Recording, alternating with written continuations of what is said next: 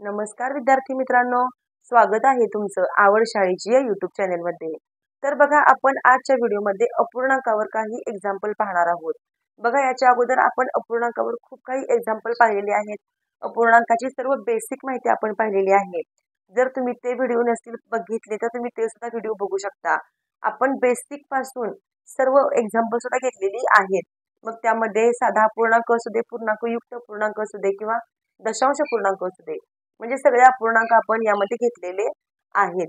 तर बघा, आपण आजच्या व्हिडिओमध्ये आणखी काही याची एक्झाम्पल्स पाहणार आहोत आणि तेही ट्रिकने पाहणार आहोत। यामध्ये कोणतेही सूत्र वगैरे आपल्याला काही यूज करायचं नाहीये, आपण फक्त ट्रिकने याची एक्झाम्पल पाहणार आहोत। जर चॅनेलवर अजून नवीन असाल तर चॅनेलला सबस्क्राईब करायला विसरू नका आणि हा व्हिडिओ शेवटपर्यंत बघा, जेणेकरून तुम्हाला अपूर्णांकावरील कोणतेही एक्झाम्पल असू दे ते तुम्हाला एका सेकंदामध्ये येणार आहे। त्यामुळे तुम्ही हा व्हिडिओ अजिबात स्किप न करता शेवटपर्यंत बघा। तर आपण पहिल्यांदा काय करूया, थोडीशी याची बेसिक माहिती पाहूया की नेमकं अपूर्णांक कशाला म्हणायचं। तर बघा, नेमकं अपूर्णांक म्हणजे काय, तर अपूर्णांक म्हणजे अपूर्ण अंक। अपूर्णांक म्हणजे काय, तर अपूर्ण अंक। बघा, आता या अपूर्णांकाचे दोन भाग पडतात। कोणते कोणते बघा, तर अपूर्ण आणि अंक। अपूर्ण अंक म्हणजे जे अंक अपूर्ण असतात त्याला अपूर्णांक असं म्हणायचं। मग पूर्णांक कोणते, तर आपण पूर्णांक म्हणतो। बघा बघा म्हणजे पूर्णांक म्हणजे काय, पूर्ण असलेले अंक म्हणजेच पूर्णांक। मग यामध्ये 1, 2, 3, 4, 5 हे येतात। आणि अपूर्णांक म्हणजे काय, म्हणजे अपूर्ण अंक कोणते, तर अपूर्ण अंक म्हणजे 1.5, 2.5, 3.5 याला आपण म्हणतो अपूर्णांक। बघा, आता समजा इथं आपण एका सर्कल काढलेला आहे, याचे आपण 4 भाग केले आणि याचा आपण हा एकच भाग रंगवला। तर आपल्याला सांगितलेलं आहे की ही संख्या अपूर्णांकात लिहा, ही संख्या अपूर्णांकात लिहा, रंगवलेले आणि न रंगवलेले भाग दाखवा। तर बघा, आता काय करायचं असतं, जो रंगवलेला भाग आहे तो वर लिहायचा असतो। एक भाग रंगवलाय, बाकीचे जे 3 भाग आहेत ते रंगवलेले नाही आहेत, पण टोटल भाग किती आहेत, 4 आहेत, ते 4 खाली लिहायचं असतं। म्हणजे 4 पैकी एक रंगवलेला आहे, यालाच आपण 1/4 असं म्हणतो। याला आपण म्हणतो 1/4, म्हणजे 4 पैकी एकच भाग रंगवलेला आहे, याला आपण म्हणतो अपूर्णांक। आता समजा 4 पैकी जर 2 भाग रंगवले, 2 भाग रंगवले, तर बघा टोटल भाग किती आहेत, 4 आहेत, म्हणजे 4 पैकी 2 रंगवले म्हणजेच 2/4। याला वाचन कसं करतो आपण, 2/4 असं वाचनाचं करतो। तर बघा, ही झाली बेसिक माहिती। आता आपण काही एक्झाम्पल पाहणार आहोत आणि तेही ट्रिकने पाहणार आहोत। बघा, तुम्हाला एकदम सोप्या प्रकारे मी सांगणार आहे। तर बघा, तुमच्या याबद्दल ज्या काही शंका असतील त्या एकदम क्लिअर होऊन जाणार आहेत। बघा, आता आपण इथे संख्या घेतलेल्या आहेत 12/5। आता हा अपूर्णांक आहे, हा अपूर्णांक आहे, ही काय पूर्ण संख्या नाहीये। आता या संख्येला आपल्याला पूर्णांकयुक्त अपूर्णांकात रूपांतर करायचं आहे। तर कसं करायचं बघा, आता 5 ने या संख्येला आपल्याला भाग द्यायचा आहे। 5 ने आपल्याला काय करायचंय, 12 येईपर्यंत आपल्याला भाग द्यायचा आहे। बघा, 5 एके 5, 5 दोन्ही 10, 5 दोन्ही 10। मग 12तनं 10 गेले, किती उरले, 2 उरले, ते 2 आपल्याला वर लिहायचे। आणि हा जो छेद आहे, तर हा जो छेद आहे तो आहे असा खाली लिहून घ्यायचा आपल्याला। बघा, आपण काय केलं, 5 ने आपल्याला आपण 5 ने 12 येईपर्यंत भाग दिला, 5 दोन्ही 10, कारण 5च्या पाड्यामध्ये 12 नाहीये, मग 12च्या अगोदर काय आहे ती संख्या घ्यायची। 5 दोन्ही 10, ते 2 इथं लिहायचं आणि 12तनं 10 गेले, 2 उरतं, 2/5 खाली लिहायचं। म्हणजेच हा आहे पूर्ण अंक, हा 2 जो आहे पूर्ण अंक आणि हा आहे अपूर्णांक, म्हणजेच पूर्णांकयुक्त अपूर्णांकात याचं आपण रूपांतर केलेलं आहे। पूर्णांक युक्त अपूर्णांक याला असं म्हणायचं असतं, पूर्णांक युक्त अपूर्णांक म्हणजेच ही संख्या आलेली आहे। बघा, तुम्हाला समजलं असेल आता तुम्ही बघा, आता संख्या घेतलेली आहे आपण 26/4, ही संख्या घेतलेली आहे। आता या संख्येचं सुद्धा रूपांतर आपल्याला पूर्णांकयुक्त अपूर्णांकात करायचं आहे। 4चा पाडा आपल्याला 26 येईपर्यंत म्हणायचं आहे। जर 26 नसेल तर 26च्या अगोदर काय आहे बघायचं। बघा, 4 सख्ख 24 येतं. 4 सख्ख 24, 6 इथं लिहायचं. 26 मधून 24 गेले, 2 उरले, 2 वर लिहायचे. जो छेद 4 आहे तो आहे असा. बघा लक्षात ठेवा, जो छेद 4 आहे तो आहे असा खाली लिहायचा. आणि आपण या 4 ने 26 ला भाग दिलेला आहे. 4 सख्ख 24 येतं. 6 उरले, 2 पुढे, 2/4. म्हणजेच याला आपण रूपांतर पूर्णांकयुक्त अपूर्णांकात केलेलं आहे.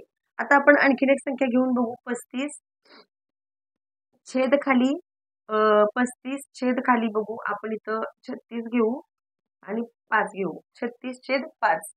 आता बघा 5चा पाडा आपल्याला 36 येईपर्यंत किंवा 36च्या अगोदर जी संख्या असेल ती संख्या येईपर्यंत म्हणायचं आहे. 5 एके 5, 5 सत्ते 35, 5 सत्ते 35. 36 मधून 35 गेले, 1 उरला, तो 1 वर लिहायचा. जो छेद आहे 5 तो खाली लिहायचा. तर अशा प्रकारे तुम्हाला कोणताही क्वेश्चन, यावर कोणताही क्वेश्चन असू दे पूर्णांक अपूर्णांकावर, तर तुम्ही याचं उत्तर अशा प्रकारे लिहायचं आहे. एकदम सोपी ट्रिक्स आहे, कोणतंही सूत्र वगैरे काही वापरायचं नाही याला. एकदम सोप्या प्रकारे अशी एक्झाम्पल लिहायची आहेत. आता आपण पुढचा क्वेश्चन पाहूया. आता आपण एक्झाम्पल घेतलेला आहे. आपला क्वेश्चन काय आहे बघा. पहिला, पूर्णांकयुक्त अपूर्णांकाचे साध्या अपूर्णांकात रूपांतर करायचं आहे. आता मगाशी आपल्याला अपूर्णांक दिला होता, त्याचं रूपांतर आपल्याला पूर्णांकयुक्त अपूर्णांकात करायचं होतं. आता आपल्याला काय सांगितलेलं आहे, आता आपल्याला पूर्णांकयुक्त अपूर्णांक दिलाय आणि त्याचं रूपांतर आपल्याला साध्या अपूर्णांकात करायला सांगितलेले आहे. तर एकदम सोपी ट्रिक्स आहे. काय करायचं, पहिल्यांदा या दोन्हींचा करायचा असतो गुणाकार. साइन दोन्ही 12, 12 मध्ये हे फक्त 1 प्लस करायचं असतं आणि जो छेद आहे 2 तो आहे तसा लिहायचा. आपण छेद लिहून घेऊ. पहिल्यांदा जो 2 छेद आहे 2 लिहून घेऊ. या दोन्हींचा करायचा असतो गुणाकार. बेसख्ख 12 आणि हे 1 13 झालं. आपलं उत्तर आलेलं आहे. पूर्णांकयुक्त अपूर्णांकाचे साध्या अपूर्णांकामध्ये आपण रूपांतर केलेलं आहे. बघा एकदम सोपी ट्रिक्स आहे. इथं पण जो छेद 5 आहे लिहून घ्या. छेद 5 आहे असा. या दोन्हींचा गुणाकार करायचा. 8 पंचे 40, 40 आणि प्लस हे 2, 40 आणि 2 किती झाले तर 42. 40 प्लस 2 इज इक्वल टू 42. म्हणजे 42/5 हे आपलं उत्तर आलेलं आहे. आता तुम्ही बघा, आपण कोणतीही संख्या घेऊ शकतो. बघा उदाहरणार्थ 3/6 घेऊ आपण. बघा छेद 6 आहे तसा लिहा. साइन त्रिक 18, 18 आणि हे 3 किती झाले 21 झाले.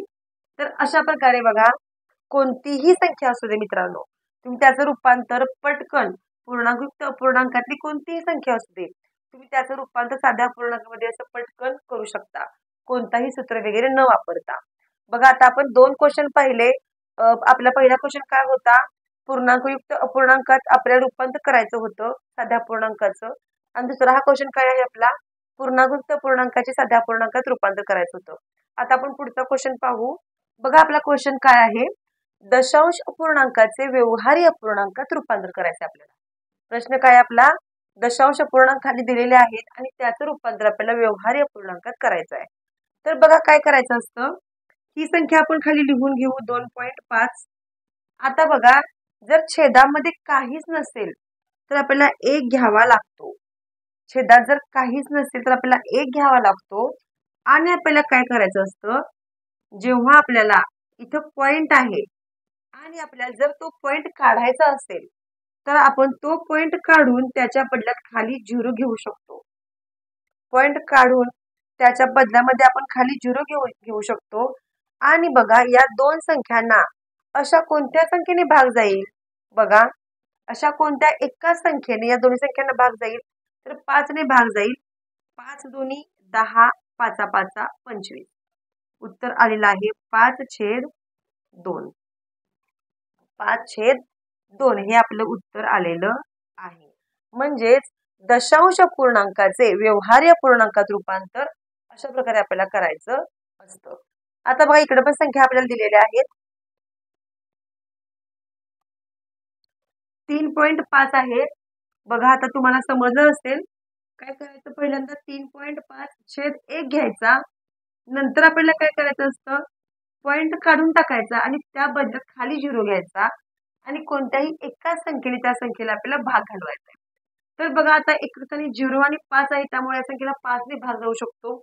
5 दोन्ही 10 आणि त्यानंतर 5 सत्ते 35 म्हणजे 7/2 असं याचं उत्तर आलेलं आहे.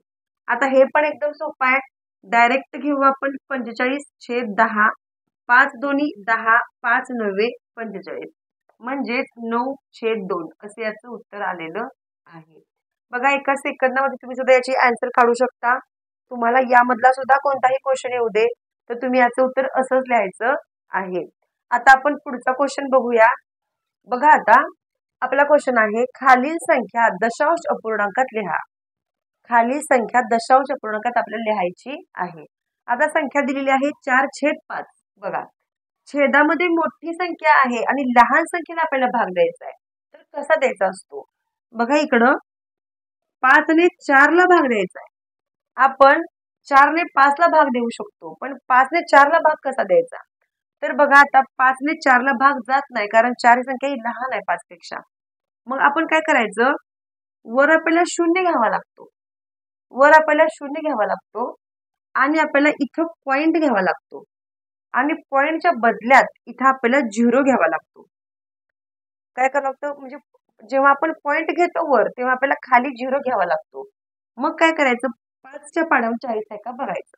5 40 वजाबाकी करा 0 0 म्हणजे त्याचं उत्तर 0.8 आलेलं आहे. याचं उत्तर 0.8 आलेलं आहे. आता इथं पण आपल्याला सेम तसंच करायचं आहे. बघा आता आपण काय करूया, डायरेक्ट वर काय करू, 10 घेऊ, छेदामध्ये 5 घेऊ, इथं आपण 0 पॉइंट अगोदरच लिहून ठेवू. 0 आणि पॉइंट अगोदरच लिहून ठेवू. पॉइंटच्या बदल्यामध्ये फक्त इथं आपण 0 घेतलेला आहे. 5 1 5, 5 दोन्ही 10 म्हणजे 2/1 असे याचं उत्तर आलेलं आहे. तर बघा अशा प्रकारे तुम्हाला कोणतीही संख्या असू दे, किंवा आपण याचं बघा आणखी एक एक्झाम्पल घेऊया. समजा आता खाली इथं समजा 3/5 आहे. तर काय करायचं, पहिल्यांदा इथं आपण 0 आणि पॉइंट लिहून देऊ अगोदरच. पॉइंटच्या बदल्यामध्ये आपण अंशात 0 घ्यायचा आहे. 5 1 5, 5 सख्ख 30 म्हणजे 6/1 असं याचं उत्तर आलेलं आहे. बघा इथं तुम्ही हा जो 1 आहे तो नाही घेतला तरी चालतो, म्हणजे 0.2 असं लिहायचं. आणि इथं सुद्धा आपण छेदामधला हा 1 घेतला काय नाही घेतला काय काही फरक पडत नाही. 0.6 असं याचं उत्तर येतं. म्हणजेच काय केलेलं आहे, आपण या संख्यांचं रूपांतर आपण दशांश पूर्णांकात केलेलं आहे. जसं याचं तर 0.8 आलं, तसं याचं 0.2, याचं 0.6 असं आपण याचं उत्तर दशांश अपूर्णांकामध्ये काढलेलं आहे. तर बघा अशा प्रकारे आपण अपूर्णांकावर काही एक्झाम्पल घेतलेले आहेत. जर तुम्हाला हा व्हिडिओ आवडला असेल तर नक्की लाईक करा व्हिडिओला, कमेंट करून सांगा तुम्हाला हा व्हिडिओ कसा वाटला. चला तर मग आपण असंच भेटू आणखीन एका नवीन व्हिडिओ सोबत. तोपर्यंत धन्यवाद.